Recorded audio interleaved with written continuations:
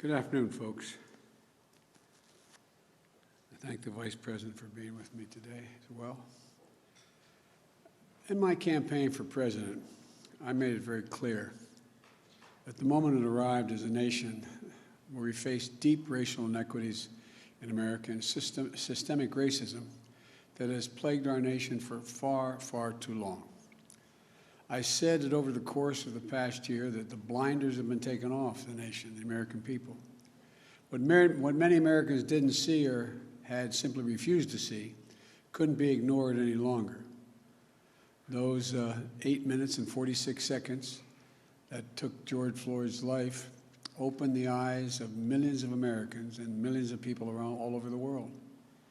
It was the knee on the neck of justice, and it wouldn't be forgotten. It stirred the conscience and of tens of millions of Americans. And in my view, it marked a turning point in this country's attitude toward racial justice. When the six-year-old daughter, Gianna, who I met with when I met with the family, I leaned down to say hi to her, and she said, looked at me, and she said, "Daddy changed the world." That's what Gianna said, his daughter. Daddy changed the world. And I believe she was right.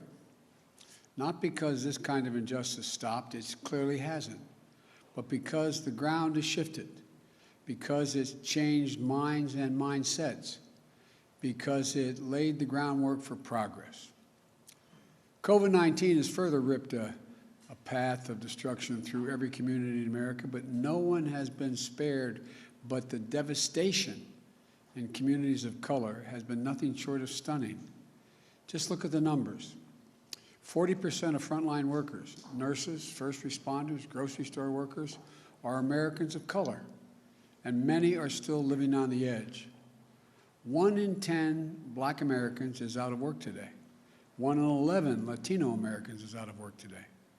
1 in 7 households in America, about 1 in 4 Black, 1 in 5 Latino households in America, report that they don't have enough food to eat in the United States of America. Black and Latino Americans are dying of COVID-19 at rates nearly 3 times that of white Americans. And it's not white Americans' fault, but just a fact. And the Americans now know it, especially younger Americans. One of the reasons I'm so optimistic about this nation is that today's generation of young Americans is the most progressive, thoughtful, inclusive generation that America has ever seen. And they are pulling us toward justice in so many ways, forcing us to confront the huge gap in economic inequity between those at the top and everyone else, forcing us to confront the existential crisis of climate, and yes, forcing us to confront systemic racism and white supremacy. It's just been weeks since all of America witnessed a group of thugs, insurrectionists, a political extremist, and white supremacists violently attack the capital of our democracy. And so now's the time to act.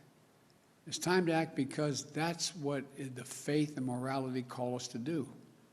Across nearly every faith, the same principles hold. We're all God's children. We should treat each other as we would like to be treated ourselves. And this is time to act, and this time to act is because it's what the core values of this nation call us to do. And I believe the vast majority of Americans, Democrats, Republicans, and Independents, share these values and want us to act as well. We have never fully lived up to the founding principles of this nation, to state the obvious, that all people are created equal and have a right to be treated equally throughout their lives. And it's time to act now, not only because it's the right thing to do, but because if we do, we'll all be better off for it. For too long, we've allowed a narrow, cramped view of the promise of this nation to fester. You know, we've bought the view that America is a zero-sum game in many cases. If you succeed, I fail. If you get ahead, I fall behind. If you get the job, I lose mine. Maybe worst of all, if I hold you down, I lift myself up. We've lost sight of what President Kennedy told us when he said, "A rising tide lifts all boats." And when we lift each other up, we're all lifted up. You know, and the corollary is true as well. When any one of us is held down, we're all held back. More and more economic studies in recent years have proven this. But I don't think you need economic studies to see the truth. Just imagine if instead of consigning millions of American children to under-resourced schools, we gave each and every 3- or 4-year-old child a chance to learn, to go to school, not daycare, school, and grow, and thrive in school and throughout. When they've done that, the places have been done, it shows they have an exponentially greater chance of going all the way through 12 years of school and doing it well. But you know, does anyone in this whole nation think we're not all better off if that were to happen? Just imagine if instead of denying millions of Americans the ability to own a home and build generational wealth, we made it possible for them to buy a home, their first home, and begin to build equity to provide for their families and send their children off to school. Does anyone doubt that the whole nation would be better off? Just imagine, instead of denying millions of young entrepreneurs the ability to access capital, we made it possible to take their dream to market, create jobs, reinvest in their own communities. Does anyone doubt this whole nation wouldn't be better off?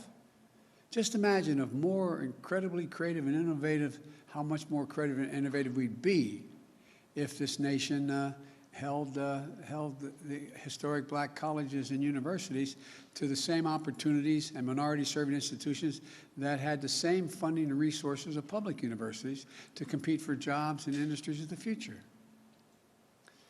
You know, just ask the first HBCU graduate elected as vice president if that's not true.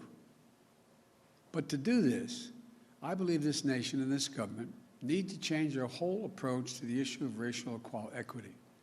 Yes, we need criminal justice reform, but that isn't nearly enough.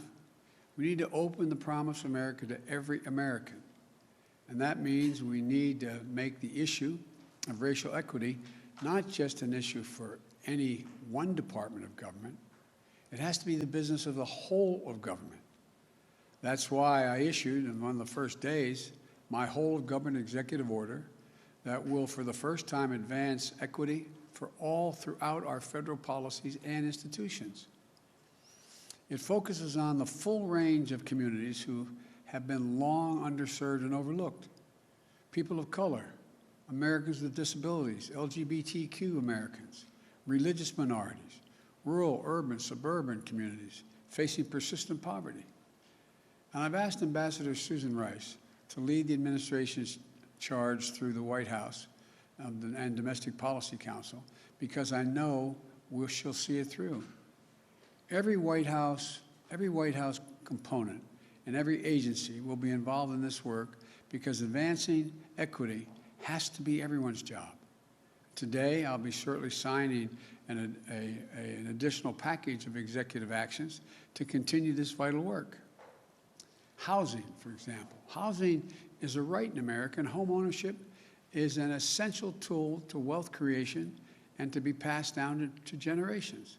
Today, I'm directing the Department of Housing and Urban Affairs and Urban Development to redress historical racism in federal housing policies. Today, I'm directing the federal agency to reinvigorate the consultation process with Indian tribes.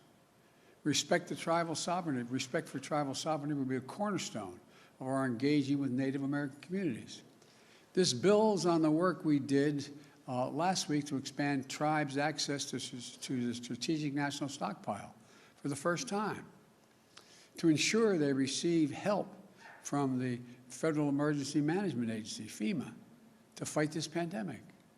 Today, I'm directing federal agencies to combat resurgence of xenophobia, particularly against Asian Americans and Pacific Islanders that we've seen skyrocket during this pandemic.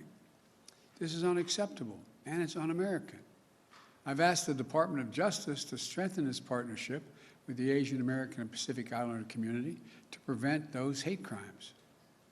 I've also asked the Department of Health and Human Services to put out best practices for combating xenophobia in our national response to COVID. Look, in the weeks ahead, I'll be reaffirming the federal government's commitment to diversity, equity, and inclusion and accessibility, building on the work we started in the Obama-Biden administration.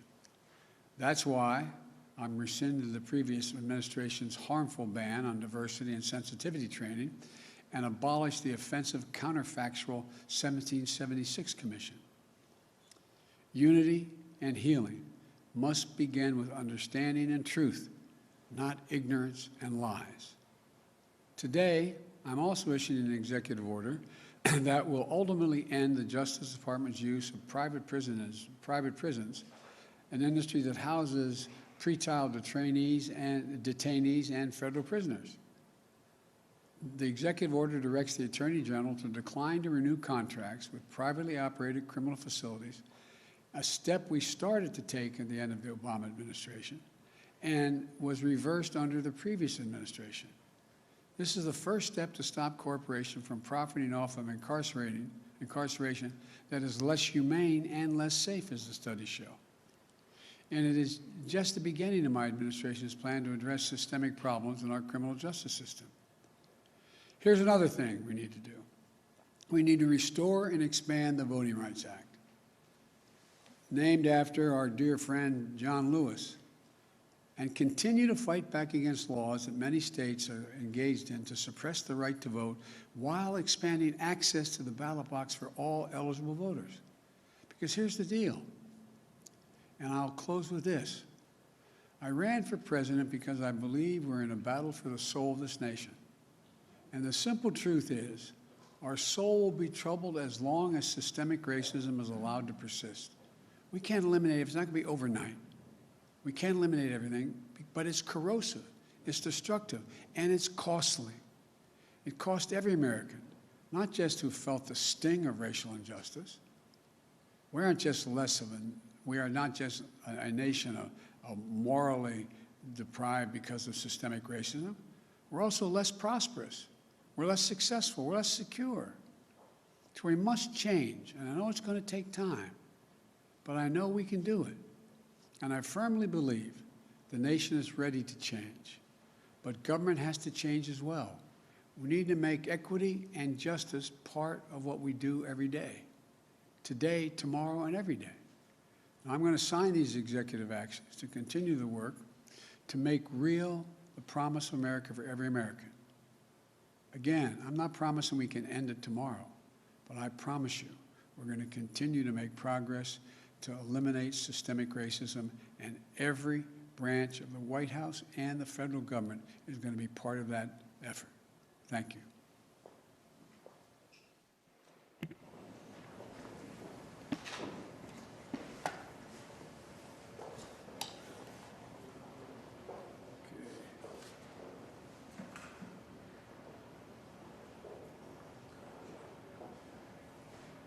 Excuse me. My pen away.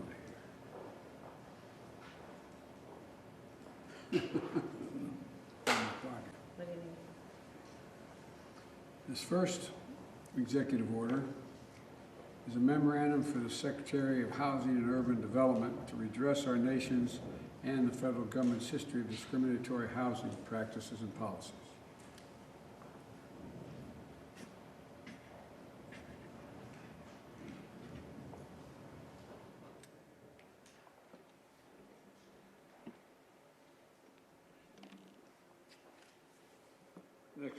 Next executive order is reforming the incarceration system by eliminating the use of privately operated criminal detention facilities.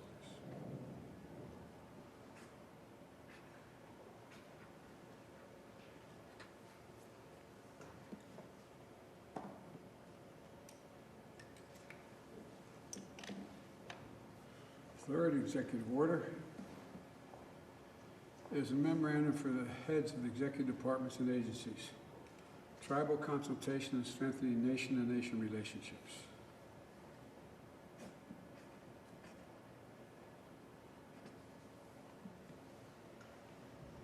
And the last executive order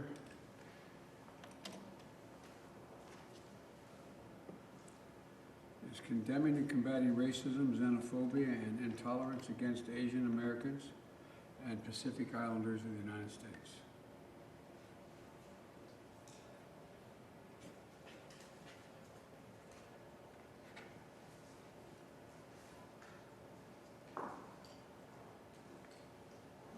I think the country's ready, and I know this administration's ready. Thank you. Mr. President, what you talked to Vladimir Putin about? You.